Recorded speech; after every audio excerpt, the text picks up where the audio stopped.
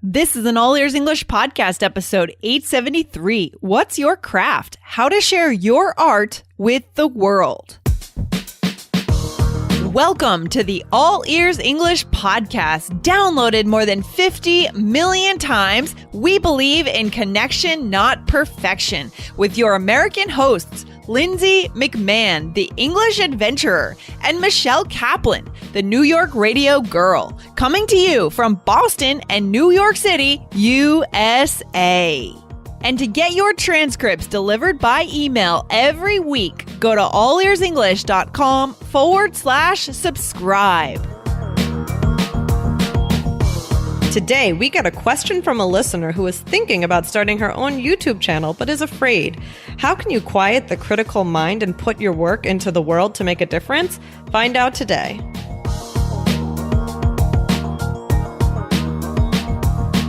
Hey, Michelle, how you doing today? Hey, Lindsay, I'm good. How are you? Not too bad. So I know that you've done some stand-up comedy in the past. Is that right? Yeah, it's been a while, but I did do it. Oh my God. What was it like for you? I mean, where was your first performance? Oh, the first one. I can't remember exactly which place was the very first one, but I went to this place a couple times, Stand Up New York.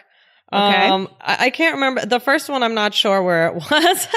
I think downtown somewhere. But yeah, I mean, it was fun. I mean, it's definitely intimidating, but I mean, it's you just gotta look at it as an experiment, right? And you can't expect to go out right away and be like so wonderful at it, or to know what you're doing exactly, or to not feel afraid. Unfortunately, I didn't continue with it, but when I did do it, the few times I did, every time I felt a little bit more comfortable. So that's what I can say.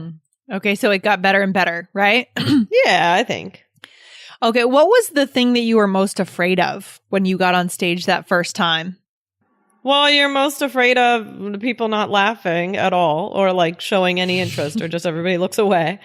But I didn't feel that I got that response. I always felt, even though it wasn't like I was like, oh my gosh, the best or anything like that. But I always felt like people were like nice and, polite laughter, maybe even a couple bigger laughs, I don't know.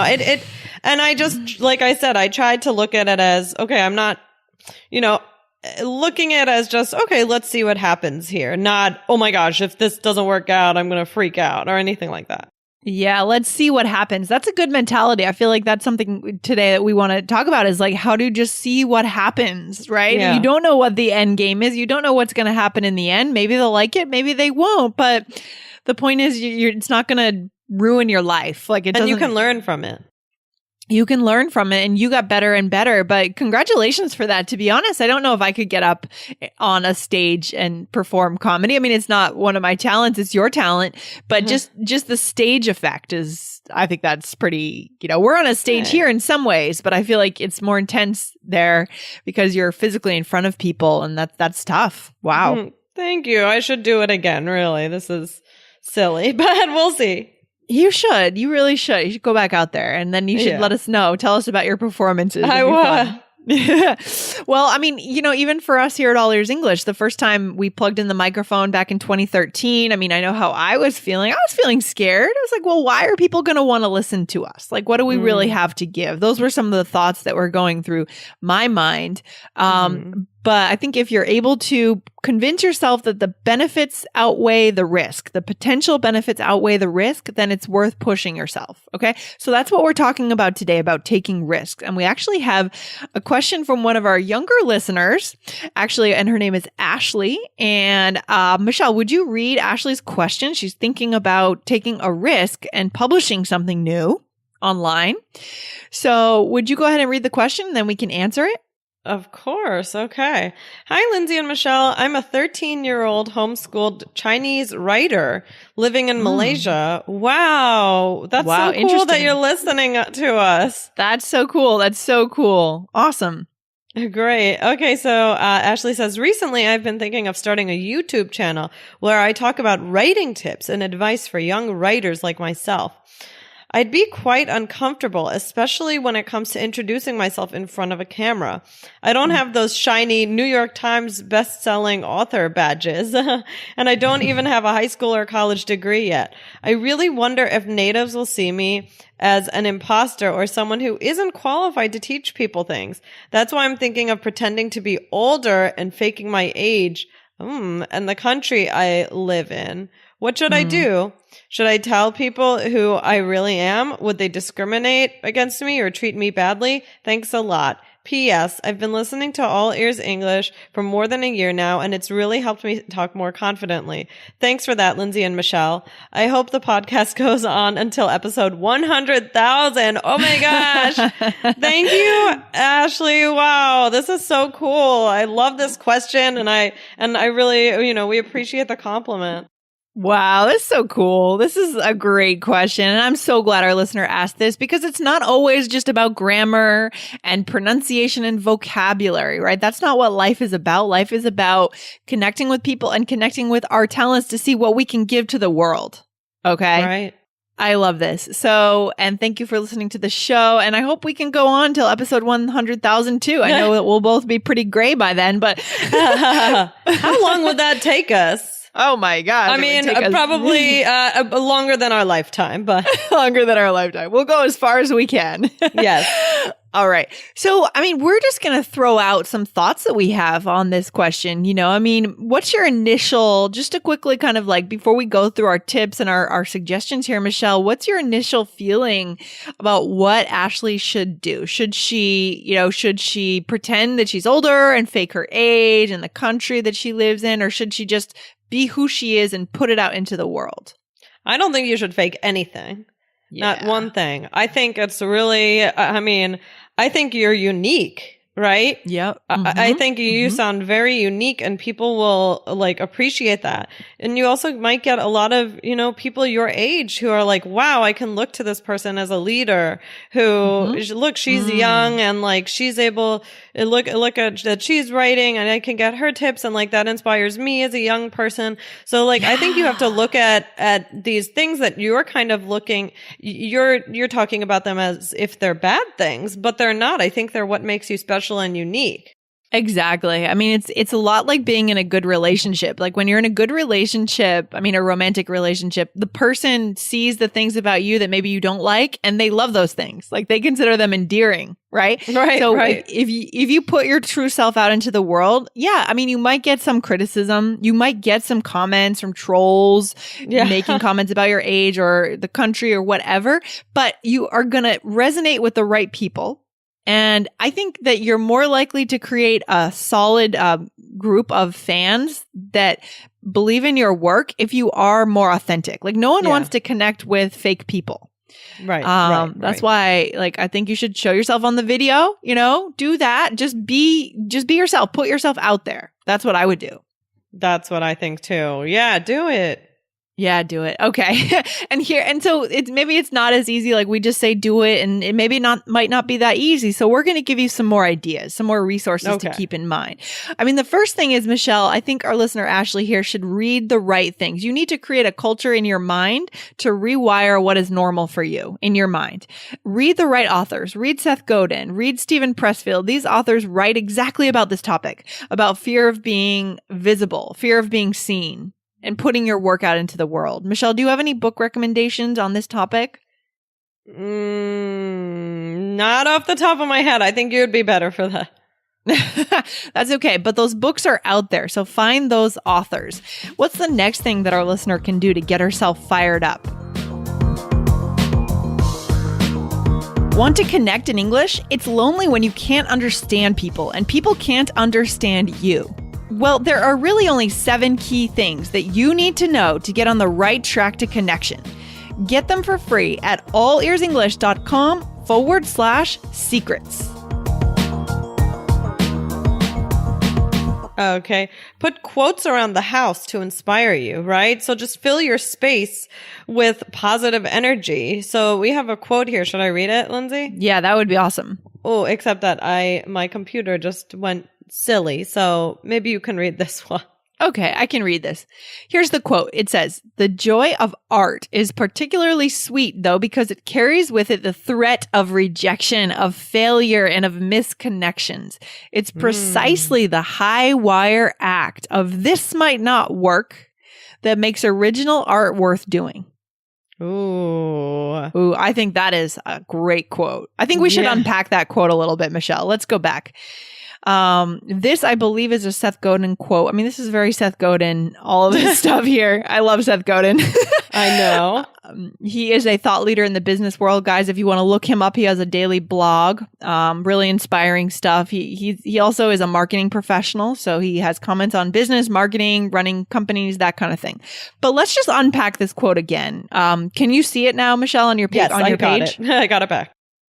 Okay, so why don't we just go back and read it one more time? Could you read it and we'll just talk about what it means? Sure. "The joy of art is particularly sweet, though, because it carries with it the threat of rejection, of failure, and of missed connections." Mm-hmm. Yep. Oh, okay. Do you want to talk about that? Yeah. Yeah, just to say, like, in this case, art. What we're saying is art is your art. It's like a craft. What you want to do, your art that you want to give to the world. Right? The joy of doing that is a special kind of sweet, right? Why? Because there's high stakes, right? What's the next part of the quote again? Right. "It's precisely the high wire act of this might not work that makes original art worth doing." Yeah. What do we mean by high wire? Like in the circus, like it's kind of like people walking on the high wire, and that, it's tricky and scary and you could fall. Yeah, exactly. A high wire. I love that. So it's an image, right? We have an image in our minds of you walking on this high wire above so many people. So many people could see you fall. But that's why it makes it more joyful to put your work out there. That's why, putting your own authentic self out there is more joyful than putting a fake icon up there, or just not being true to yourself. Okay. Right. I love that. All right, good. So what's another thing, Michelle, that our listener here and our other listeners who are thinking about doing something could do to fire themselves up? Well, you got to have a hero, right? Choose a hero to look up to. So maybe someone who's already doing this or something like this every day, and then model them, right? Because everybody's just a person, right? We're all just people. These people are not superhuman. So there's no reason why you can't do it too. Exactly. Choose a hero. And also just keep in mind that this is your lizard brain that's talking to you, right? It's the amygdala. It's trying to keep you safe. It's part of your, developed from the brain stem. It's an ancient part of our brains that says, danger, go back. The problem with that is that if we don't actually recognize that it's our lizard brain and move through it, we're never going to get anything unique and interesting done in our lives. Right. We're just going to do the same old stuff. And we're going to get to the end of our lives and we're going to say, what did I really do that meant something? Right. Yeah. Okay. Good point, Lindsay. And what else could we do?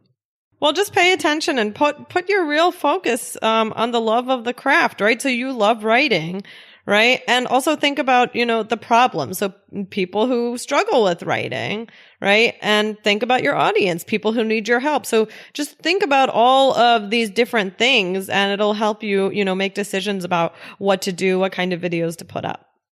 Yeah, exactly. I mean, Michelle, what you said earlier, your audience might end up being like teenagers who are struggling with writing in English. Who knows? It might not be it doesn't necessarily have to be older adults. So you're worried about older adults judging you because of your age or where you're from. It might end up being your audience is teenagers in China who are trying to write in English for school. Great. So that's they can great relate because to they'll you. really look up to you also. I mean, exactly. And adults could too, but this would be a really good, place to start. Yeah, that's the point. So your audience, there is an audience out there for you if your work is good, right? Not everyone can just start a YouTube channel on writing because not everyone has a great writing skill. But if your work is good, then there is an audience for you and you need to find it. But focus on writing, how much you love it. Okay. Nice. And then read the right books, right? So read, I think, did we say this before? Read the right books. We said read. A couple of titles that you could try would be The Icarus Deception by Seth Godin, The War of Art by Steven Pressfield, and then keep asking yourself, what do I have to lose? What's the worst case scenario? Right. And very often it's, nothing. It's not, it's always worth a try. It's always worth a try. I mean, in your case, Michelle, did you have a moment with your stand-up comedy where you had to like really push yourself to get on the stage that night? Like, did you have to say something to yourself to get yourself psyched up? I don't remember specifically. I would need to do that now. But it'd be harder now. I would always get very quiet and just pensive before going up. And but the worst to me is when I have friends in the audience. It's worse? Yeah, it's worse because I have it's like an intimacy thing. Like I would rather perform in front of a whole group of strangers, and right. than perform for a group of friends. It's been that way for me with music. It's been with comedy. It's just, I feel more comfortable like with the anonymity of it. Oh yeah, me too. I've always had that. That's true. Yeah, you're right, because it feels like it's higher stakes if the people you know are in the room, right? Yeah. So, and just keep in mind, like, people respond to people, not when you hide, but when you show who you are and your personality. Maybe you could even talk about in your first episode why it's scary for you to be in front of the camera. Like, people will resonate with that. They'll like that. And again, if you have a good craft, if you're good at writing, you have good things to teach, people are going to love it. Right. True. Yeah. And so Michelle, what's the takeaway for today? Well, the takeaway is, for this student, so it sounds like you have a lot of value to give to the world. You definitely have a great idea, and I'm very inspired by you, and even that you're thinking about doing this, right? Mm-hmm. You have a craft to share, and you have to go out and share it. So, another thing is you could get a mentor, right? And, or just get started, right? Just publish and see what happens. Yeah, just get started, just publish, hit that publish button, right? And so for the rest of our listeners, guys, 2018 is here. It's the first week of 2018. And do you have a vision? That's our question for you. Maybe it's something you haven't told anyone about yet, but we want to encourage you to bring it to the forefront of your mind and consider taking action, because you don't want to get to the end of life and say, again, what did I do? What did I contribute? What did I change in the world? If we don't put our art out into the world, we can have some regrets later. Right. Exactly. So what can our listeners do when they finish up today's episode, Michelle? Yeah, go leave us a comment in the blog, right? Tell us, what is your craft? What's your vision, your art? Share it with us and get it out there so we can all see and, kind of encourage each other. Yeah, we want to know, guys. Let's talk about it. And also grab the transcript so you can understand everything we're saying in this show every day, every time we publish. So go to allearsenglish.com/subscribe. And we are out of here. We want to wish Ashley good luck, and we hope that you move forward. Yeah. Anything to say, Michelle, there? Good luck, Ashley. You I know it's scary, but I'm looking forward to seeing big things from you. Yeah, awesome. Very cool. All right. Very cool. Thanks for hanging out today, Michelle. Thank you. Have a good one. Bye, guys. Talk soon. Bye. Thanks so much for listening to All Ears English. And if you need a 7 or higher on your IELTS exam to achieve your life vision, then our Insider Method can get you there. Start with our free video series masterclass. Get video 1 now at allearsenglish.com/INSIDER. And if you believe in connection, not perfection, then subscribe to our show on your phone or on your computer. See you next time.